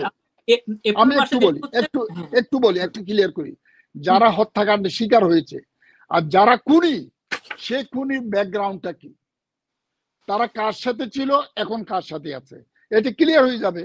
এখন আমি যদি বলি যে না আমার সাথে নাই, অমুকে করেছে, এটা তো যুক্তি হতে পারে না। আপনাকে চোর কোনোদিন চুরি করে বলে না যে আমি চুরি করেছি। অপরাধ যে করে সে কোনোদিনে কোথাও বলে না যে আমি অপরাধ করেছি। অপরাধী বলে আমি করিনি। এখন অপরাধী ধরতে হবে কিভাবে? যে যাকে দিয়ে অপরাধ করানো হয়েছে সে, তার ব্যাকগ্রাউন্ড কি, বর্তমান ব্যাকগ্রাউন্ড কি, যে হত্যাকাণ্ডের শিকার হয়েছে তার অতীত ব্যাকগ্রাউন্ড কি, বর্তমান ব্যাকগ্রাউন্ড কি, এটা চেক করলে হয়ে যাবে কার কথাটা সত্য। থেকে আমরা যদি 30 এপ্রিলের কথা বলি, আমরা এপ্রিলে যেটা হয়েছে, যেটা হচ্ছে আপনাকে এবং গিয়াসউদ্দিন কাদের চৌধুরী দুজনকে কিন্তু কেন্দ্র থেকে শোকজ করা হয়েছে। তাহলে কেন আপনাকে শোকজ করবে? আপনার যদি আমি বলি শোকজটা হয়েছিল যমুনা টিভির একটা ইন্টারভিউ নিয়ে। যমুনা টিভির ইন্টারভিউর আমার বক্তব্যটা ছিল, এবং আমি আমার বক্তব্যের প্রেক্ষিতে আমি যতটুকু জানলাম, আমার বক্তব্যের টিভির প্রেক্ষিতে আমি বক্তব্য রেখেছি। আমি কারো বিরুদ্ধে খুব কঠোর বক্তব্য রেখেছি। আমি অনেকক্ষণ আমার সেই ভিডিওটা আমি চেক করলাম। আমি কিন্তু কোনো কঠোর ভাষায় আমি কাউকে আক্রমণ করিনি, বক্তব্য রেখিনি। দেন আমি রিপ্লাইটি দিয়েছি। আর এটা একটা জিনিস। আরেকটা জিনিস, দল যদি মনে করে এটা কোনো শোকজ করতে হবে বা প্রয়োজন, সেটা দল করতে পারে, এটা সাংগঠনিক প্রক্রিয়ার অংশ বিশেষ। তার মানে আপনি মনে আমরা করছেন যে ফোকাসটা হচ্ছে আপনার একটা টক শো কেন্দ্র করে, সেই টক শো কেন্দ্র টক করে শো, না টক শো না, আমার বক্তব্য চেয়েছিল, আমি বক্তব্য দিয়েছি, এটা টক শো ছিল না আচ্ছা, এককভাবে। আমার তার মানে বক্তব্য যমুনা টিভি, কেন্দ্র করে আপনার হয়তো শোকজ করেছে। ঠিক রাইট, উত্তর, সেটাই। ঠিক উত্তর জেলার একজন নেতা আপনি। আমরা যদি ইয়ের কথা, মিরেশ্বরের কথা বলি, মিরেশ্বরেতে 2 আমিনের বিষয় আপনি জানেন, সেটা। তারপর সন্দ্বীপের কথা বলি, সন্দ্বীপে কিন্তু রিপাত হত্যাকাণ্ড, যেমনটা যেটা সন্দ্বীপ তথা আমরা রাউজানের কথা বলি, রাউজানের কিন্তু সাম্প্রতিক সময়ে যুব দলের যে নেতা মারা গিয়েছে তার বাবার থেকে যখন ইন্টারভিউ নেয় প্রথম আলো, তখন কিন্তু ওইখানে কিন্তু বাবাই বলেছেন যে বিচার দিয়ে লাভ হবে কি, যারা সন্ত্রাসী তারা রাস্তাঘাটে বা দোকান পাটে ঘুরে বেড়ায়। ঠিক সন্দ্বীপের কথাই বলি আমরা, ঠিক আমরা যেটা হচ্ছে হাটাজারির কথা বলি, ঠিক আমরা মিরেশ্বরের কথা বলি, সন্দ্বীপের জায়গাটা রিপাত হত্যাকাণ্ড থেকে শুরু করে সন্দ্বীপে কয়েকদিন আগে আরো কয়েকটা ঘটনা ঘটে গেল এবং এই পর্যন্ত 4টা হত্যাকাণ্ড, জাহাঙ্গীর হত্যাকাণ্ড, এবং বিশেষ করে মহিষকাণ্ড, আপনি অলরেডি হয়তো অবগত আছেন, মহিষকাণ্ড নিয়ে যে তোলপাড় শুরু হয়ে গেছে এবং শুধুমাত্র মানে এই মহিষের জায়গাটা কে মহিষ, কার মহিষ, কে মহিষ, সে বিষয়টা আমরা বারবার উঠে আসছে। সব মিলিয়ে আপনি একজন উত্তর জেলার বিএনপি নেতা, আপনার কাছে কেন উত্তর জেলাটা নিয়ন্ত্রণ নাই এবং আছে বলে আপনি মনে করেন, জনাব আকবর? আমি বলি, একটা ভিন্ন ভিন্ন প্রেক্ষাপট আছে। এই যে সন্দীপ, আমি মনে হয় 1 থেকে 1.5 মাস পূর্বে আমি সন্দীপ গিয়েছিলাম আমাদের পৌরসভা বিএনপির আহ্বায়ক রিপন তালুকদারের শোক সভাতে অংশ নেওয়ার জন্য। আমি একদিন ছিলাম ওখানে, আমি শুনেছি, বাট রাজনৈতিক কোনো প্রতিদ্বন্দ্বিতার কারণে সন্দীপের হত্যাকাণ্ডগুলো হয়নি, এটা প্রেক্ষাপট ছিল ভিন্ন। আর মিরেশ্বরের প্রেক্ষাপটটা আবার একটু ভিন্ন। এটা ওখানে গ্রুপিং আছে এবং সেখানে বারুইহাটের ওইদিকে কি নদী আছে, নদীর খাল সহ, খালের বালি তোলা সহ অনেকগুলি এক্সপোর্ট প্রসেসিং জোন আছে মনে হয়। তাদের ওখানে ওখানে প্রভাব বিস্তারের কারণে অনেক কিছু হয়েছে। ওখানে দলীয় কোন দলের আছে, এটা তদন্তাধীন আছেন, দল থেকে তদন্ত কমিটি করা হয়েছে, তদন্ত কমিটি রিপোর্ট দিয়েছে। আমি এই মুহূর্তে এই ব্যাপারে কোনো মুখ খুলতে চাই না, কারণ যেহেতু একটা তদন্ত চলছে, তদন্ত করা রিপোর্ট দিয়েছে, আমি এই ব্যাপারে মিরেশ্বরের ঘটনার ব্যাপারে আমি কোনো কথা বলতে চাই না, বিকজ এটা অবশ্যই আমাদের রাজনৈতিক নেতৃবৃন্দের দ্বন্দ্বের কারণে সংগঠিত হচ্ছে এখানে, এটা আমি স্বীকার করি। এবং এটা আমরা যদি সন্দীপের কথা বলি, পুনরায় সন্দীপের কথা ফিরে আসি, আমাদেরকে একজন দর্শক আমাদেরকে প্রশ্ন করেছেন, আমাদের মেসেঞ্জারে পাঠিয়েছেন, সেটা হচ্ছে সন্দীপের, আপনি কিন্তু অন্যান্য উপজেলার বিশেষ করে কমিটি বিলুপ্ত করলেও কোনো একটা সহিংসত জায়গা থেকে, কিন্তু সন্দীপের ক্ষেত্রে কমিটির ক্ষেত্রে কোনো প্রকার শোকজ কিংবা মানে বিলুপ্ত করা বা সন্দীপের এই রাজনৈতিক সংঘাতগুলোকে আপনি কোন রকম পদক্ষেপ দেখছে না, এটা স্থানীয় বিশেষ করে তৃণমূল নেতা কর্মীরা, সেই জায়গাটাতে কেন হচ্ছে যে? ওকে, ভেরি গুড, ভেরি গুড। একটা কমিটি বিলুপ্ত কখন হয়? নিশ্চয় কারণ আছে। কমিটি বিলুপ্ত করার বা সাংগঠনিক শোকজ বা কোনো কিছু করার একটা প্রক্রিয়া আছে। উইদাউট এনি রিজন কোনো কমিটি ভেঙে দেওয়া যায় না, কোনো কমিটি বিলুপ্ত করা যায় না। চট্টগ্রাম উত্তর জেলার মধ্যে 7টি উপজেলা, 9টি পৌরসভা, 9টি পৌরসভা, 7টি উপজেলার মধ্যে একমাত্র সন্দ্বীপে প্রাথমিক অবস্থায় যেইভাবে ওয়ার্ড কমিটি, ইউনিয়ন কমিটি হয়েছে, অন্য উপজেলায় সেরকম কোনো নজির নেই। তারা ভোটের মাধ্যমে, তারা গোপন ব্যালটের মাধ্যমে তারা নেতৃত্ব নির্বাচন করেছে। মহিষের কোনো কর্মকাণ্ড বা কোনো হত্যাকাণ্ড নিয়ে বা অন্য নন পলিটিক্যাল ইনভলভ কোনো কিছু নিয়ে যদি কিছু হয়ে থাকে, সেজন্য কমিটি ভাঙ্গার তো কোনো কারণ নাই। যেমন আমি মিরেশ্বরের কমিটি ভেঙেছি, মিরেশ্বরের কমিটি ভাঙ্গার কারণ হচ্ছে তারা 3 বছরেও তারা কোনো কমিটি করতে পারেনি, এই কারণে সেই কমিটিটা ভাঙ্গা হয়েছে। আর সন্দীপের কমিটি ভাঙ্গার তো কোনো আমাদের কোনো এজেন্ডার মধ্যেও ছিল না, কোনো কর্মকাণ্ডের মধ্যে ছিল না। তারপরে আপনি মনে স্বাভাবিক করছেন না প্রক্রিয়া কর্মকাণ্ড। সন্দীপের বিষয়গুলা রাজনৈতিকভাবে হচ্ছে না, সন্দীপের বিষয়গুলা হচ্ছে অন্য কোনো ভাবে, আপনি সেটা মনে করছেন? না, ওখানে সবাই অল রাজনৈতিক নেতৃবৃন্দ সবাই ঐক্যবদ্ধভাবে কাজ করছে। ওখানে তাহের, কিন্তু অ্যাডভোকেট রিপেট তাহের, হত্যাকাণ্ডটা কেন হলো জনাব আকবর? রিপেট হত্যাকাণ্ডের তো এখনো কোনো ছাড়া পেয়ে গেছে আসামিরা। রিপেট না না, হত্যাকাণ্ডের ওইটা তো কোনো পলিটিক্যাল দ্বন্দ্বের কারণে হয়নি। আমি ওটা কিন্তু বলি খাল ওখানে দখল নিয়ে, আমরা যতটুকু আম- শুনছি খাল দখল নিয়ে, আমি এবং বিশেষ করে না, ৭১-এর আমি আজকে একটু একটা বলি। নিউজ আসলো। হ্যাঁ, হ্যাঁ। ওখানে ওখানে political active, local political active লিডারশিপের মধ্যে কে কে আছে? বেলায়েত হোসেন, ইঞ্জিনিয়ার বেলায়েত, আবু তাহের, আজমত আলী বাহাদুর, তারপর ঠাকুর সহ অন্যান্য নেতৃবৃন্দ এখানে। আর সেন্ট্রাল কমিটির মেম্বার আছে মোস্তফা কামাল পাশা, যদিও বা দীর্ঘদিন উনি কর্মকাণ্ডে ছিলেন না। তারপর তেনজিন, তারপরে মিল্টন, তারা আছে। তারা এসে কর্মকাণ্ড অংশগ্রহণ করে মাঝে মধ্যে। যারা অ্যাক্টিভ পলিটিক্স করে সন্দীপে, তারা ঐক্যবদ্ধভাবে কাজ করছে সব সময়, এখনো করছে, অতীতও করে আসছে। এবং আমি যে 2 মাস আগে, 1.5 মাস আগে আমি গিয়েছি, তারা ঐক্যবদ্ধভাবে মিটিং এ ছিল, মিটিং আয়োজন করেছে। তা আমি তাদের মধ্যে তো কোনো বিদ্বেষ মনোভাব আমি দেখিনি তাদেরকে, তার মানে যেহেতু আপনি এখন সন্দীপ নিয়ে কখনো। সন্তুষ্ট আছেন, একজন উপজেলা নেতা অভিভাবক হিসেবে আপনি সন্দীপ নিয়ে সন্তুষ্ট আছেন, সেটা বলতে চাচ্ছেন? আমি সন্তুষ্ট আছি, বাট বিক্ষিপ্ত বিচ্ছিন্ন ঘটনা হচ্ছে, এই যে মহিষের ঘটনা আমি শুনেছি। সবাই তো আর লোভের ঊর্ধ্বে উঠে না, এটা আমি একটু করে শুনেছি। আমি যে একেবারে মহিষের ঘটনাটা আমি শুনিনি তাই নাই, কেউ কেউ করছে, হয়তো কোনো কোনো নেতা ইনভলভ হচ্ছে। সেই ধরনের অফিসিয়ালি আমার কাছে কোনো রিপোর্ট এখনো আসেনি, কেউ কমপ্লেন করেনি অফিসিয়ালি। অফিসিয়ালি হোক আনঅফিসিয়ালি হোক, কেউ আমাকে কমপ্লেন করেনি। বাট অতটুকু আমি বলতে পারি, যারা জেলা এবং উপজেলায় কর্মকাণ্ড করছে সন্দীপের নেতৃবৃন্দের মধ্যে, তারা ঐক্যবদ্ধভাবে কাজ করছে। সেই কারণে আমি ওইটাকে ইগনোর করে যাচ্ছি।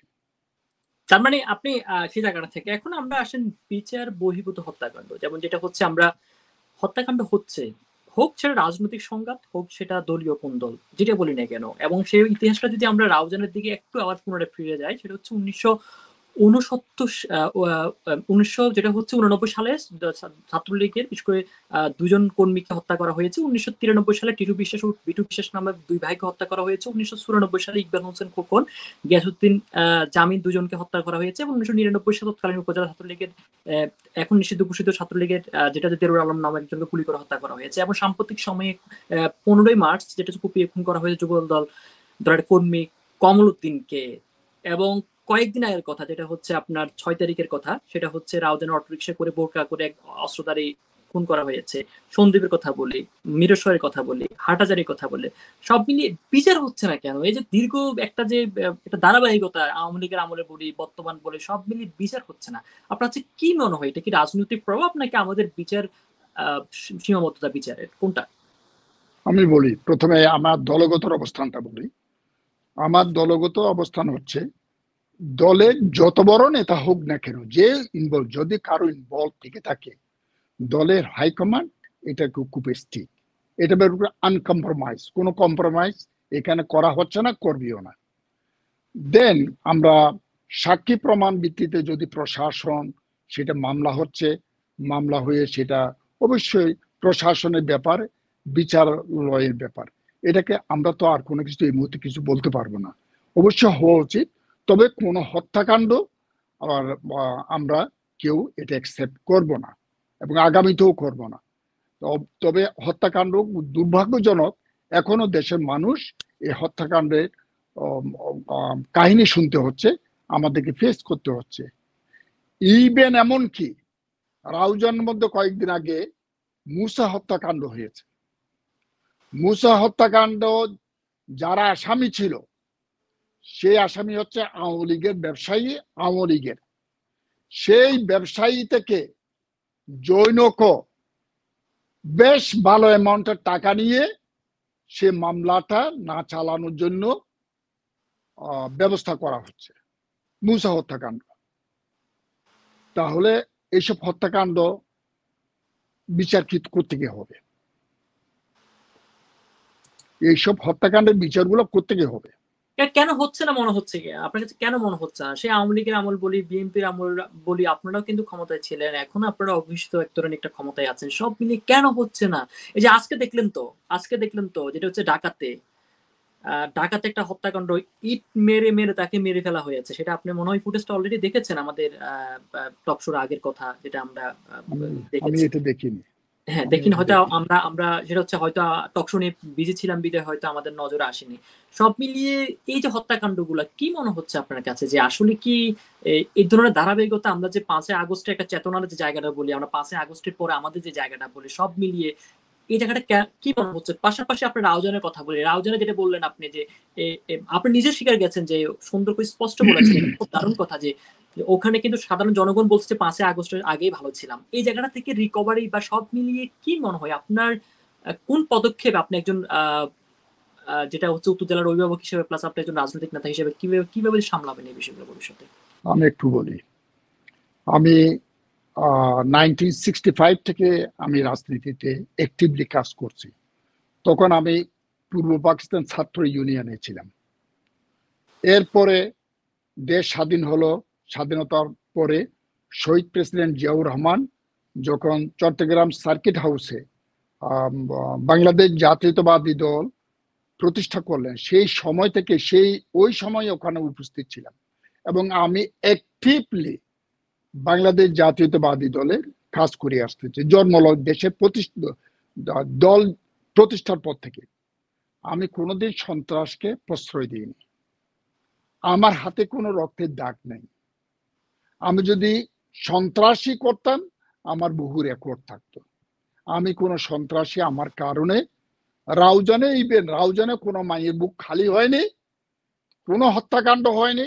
আমার নির্দেশে, আমার অনুপ্রেরণায় বা আমার পক্ষের আমার রাজনীতির কারণে কাউকে হত্যাকাণ্ডের এবং শিকার সেই হতে জায়গাটা থেকে হয়নি। আপনি আপনি একজন প্রভাবশালী নেতা হিসেবে আপনি কি মনে করছেন কোন জায়গায় হাত দেওয়া উচিত বিএনপি বা কিভাবে এই শান্তি শৃঙ্খলা ফিরে আসবে?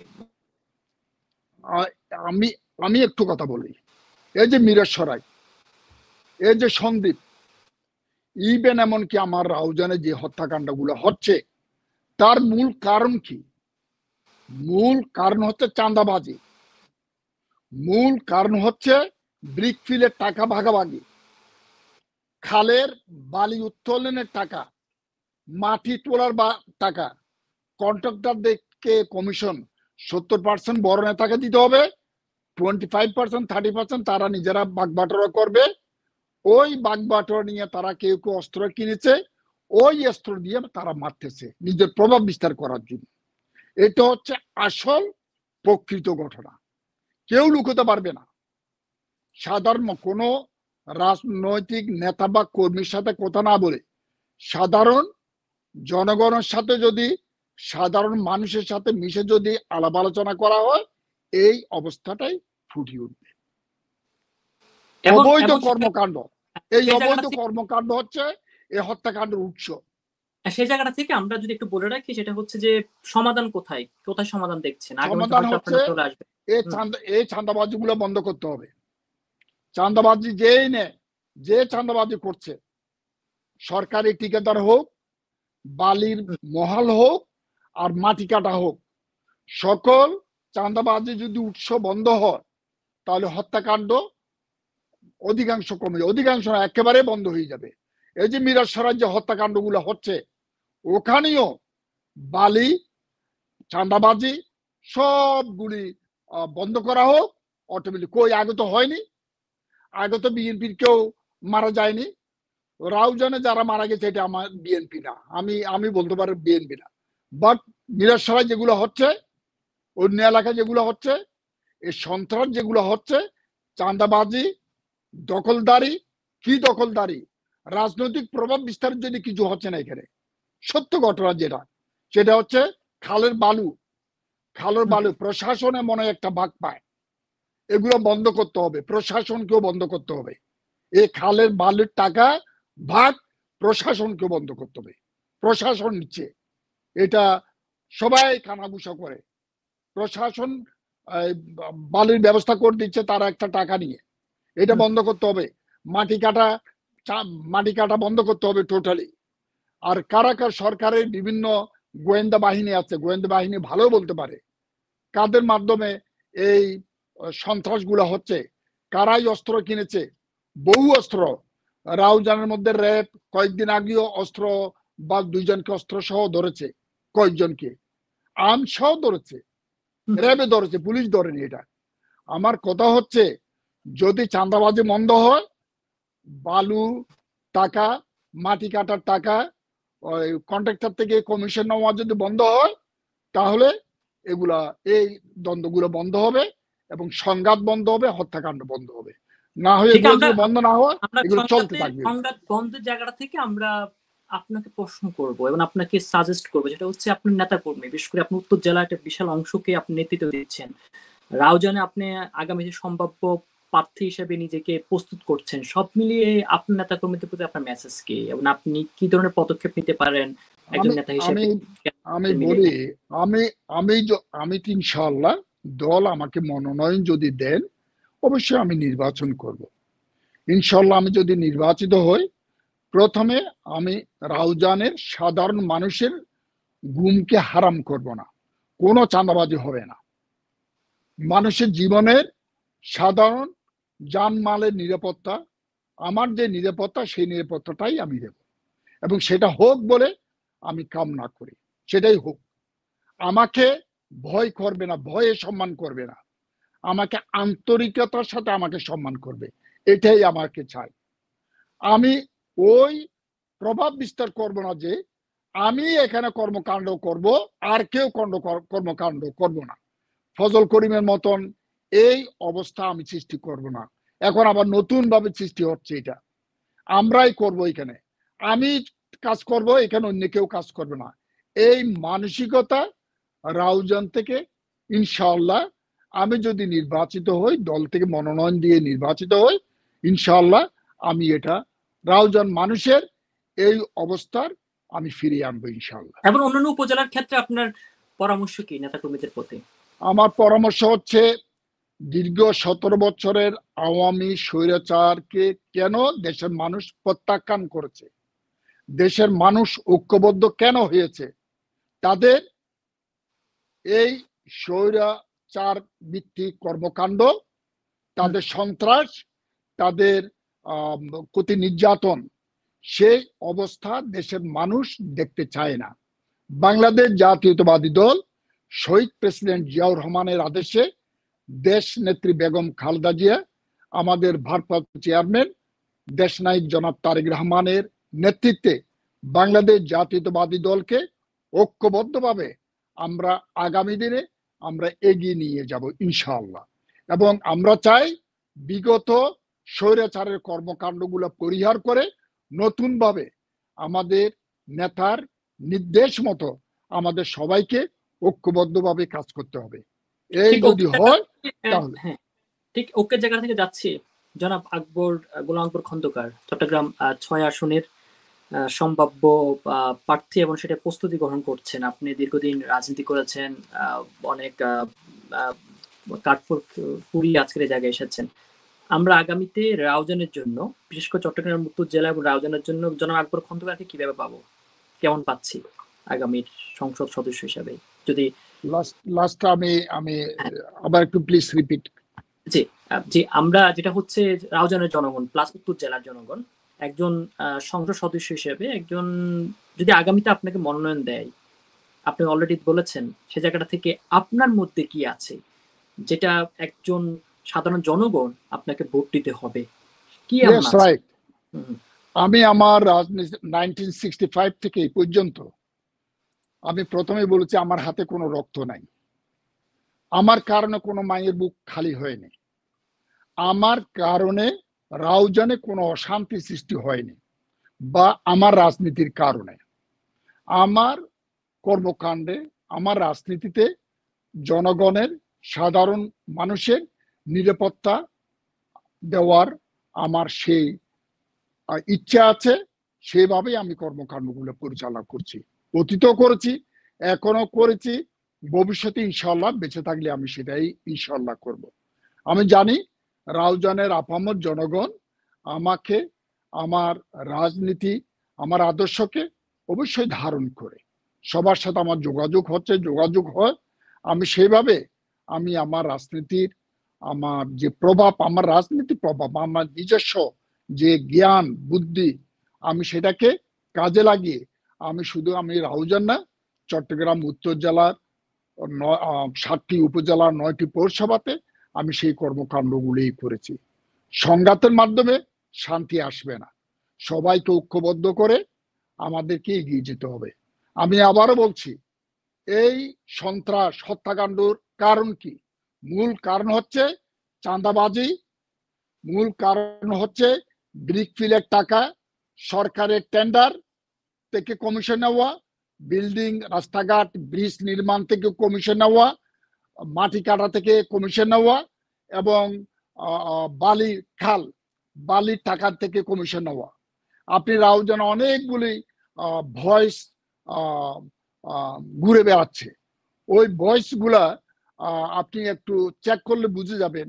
ওই খালের বালি তোলার দায়িত্ব দেওয়া হচ্ছে একজনকে, মাটি কাটার জন্য দায়িত্ব দিচ্ছে একজনকে, টাকা পয়সা নেওয়ার দায়িত্ব দিচ্ছে একজনকে। এইভাবে অনেকগুলো ভয়েস আমাদের রাউজানের মধ্যে ঘুরে বেড়াচ্ছে।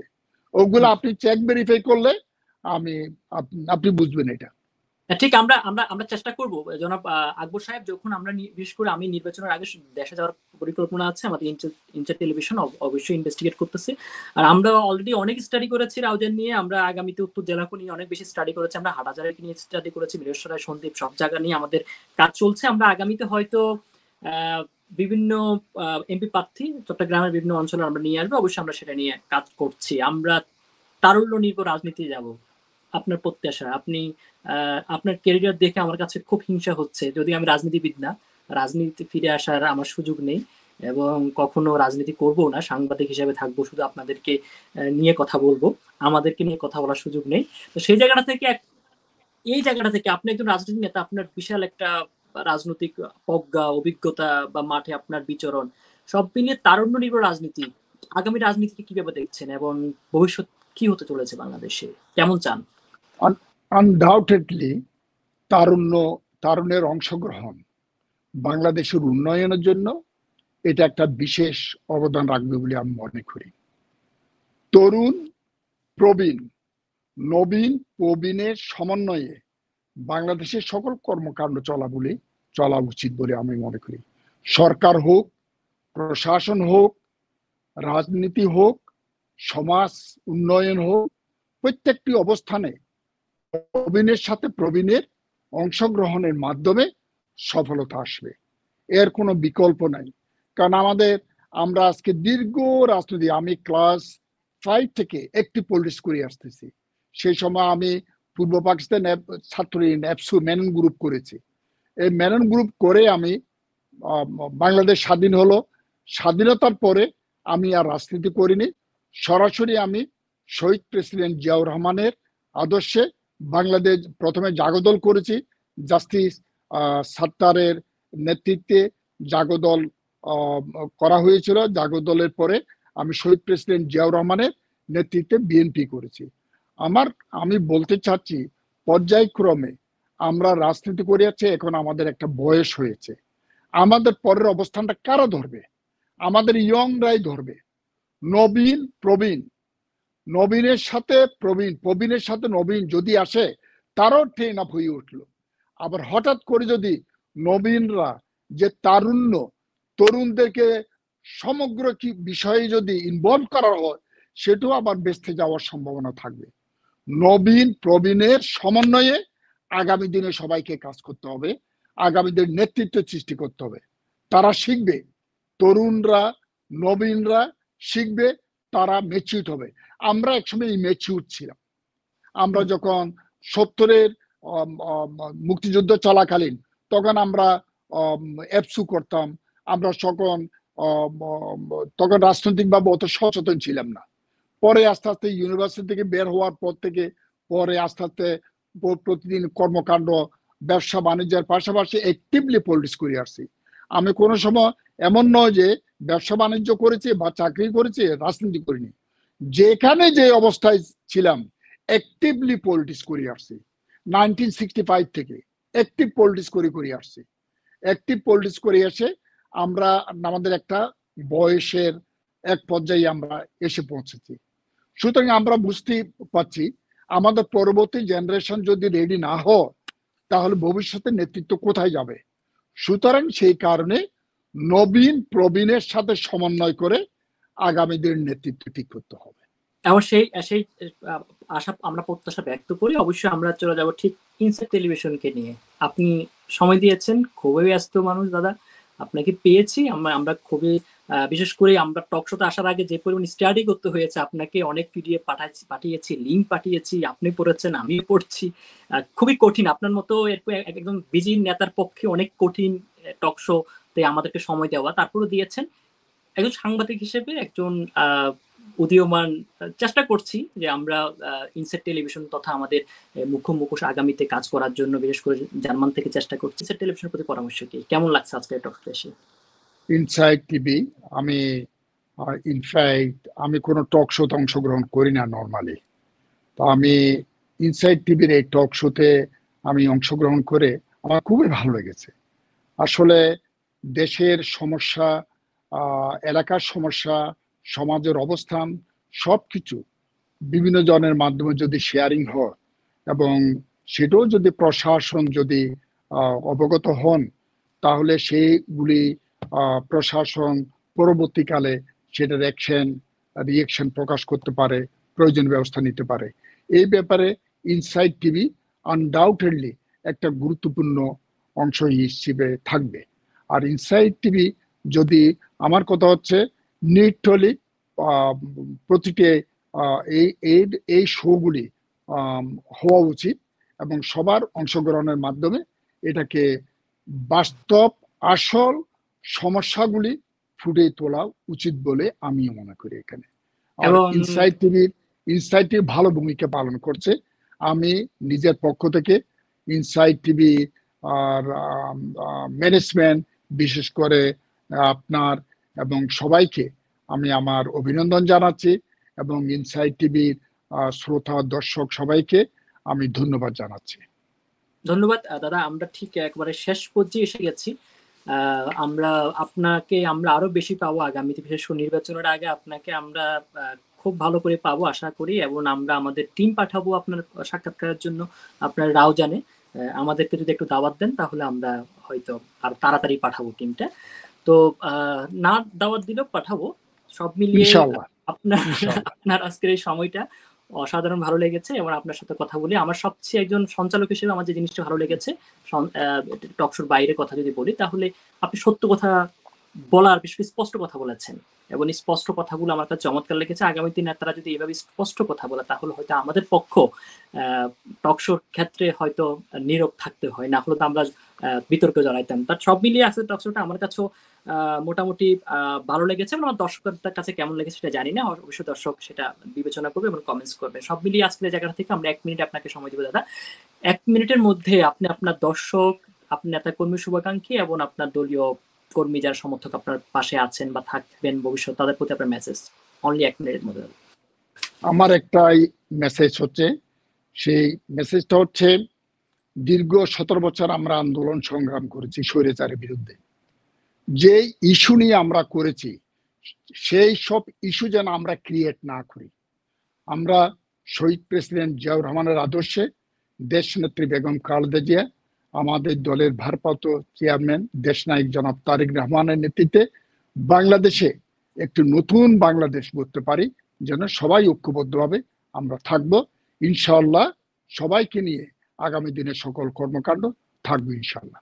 Thank you very much. সেটা আমরা ব্যক্ত করি। দর্শক, আমরা ইনসাইট টেলিভিশনের মুখোশ আমরা চেষ্টা করছি প্রতি সপ্তাহে কমপক্ষে 2 থেকে 3টা রাখার জন্য, এবং আপনার কোনো নেতা বা আপনি কাকে শুনতে চাচ্ছেন সেই নেতা কিংবা কোনো ব্যক্তি যদি আমাদের ইনসাইট টেলিভিশন আসতে চায় অবশ্যই আমরা সবাইকে স্বাগত। আমরা চেষ্টা করছি প্রাথমিকভাবে চট্টগ্রাম উত্তর থেকে চট্টগ্রামের অংশগুলোকে ধরার জন্য, তারপর আমরা এর ফাঁকে আমরা জাতীয় পর্যায়ে নেতৃত্বদের বা নেতৃত্বকে আনার চেষ্টা করব। সব মিলে ভালো থাকবেন, সুস্থ থাকবেন, সবাইকে ভালো জানিয়ে বিদায় নিচ্ছি। আর অবশ্যই ইনসাইট টেলিভিশন পক্ষে থাকবেন। দাদাকে অসংখ্য ধন্যবাদ। আল্লাহ হাফেজ। আসসালাম। Thank you very much. Thank you.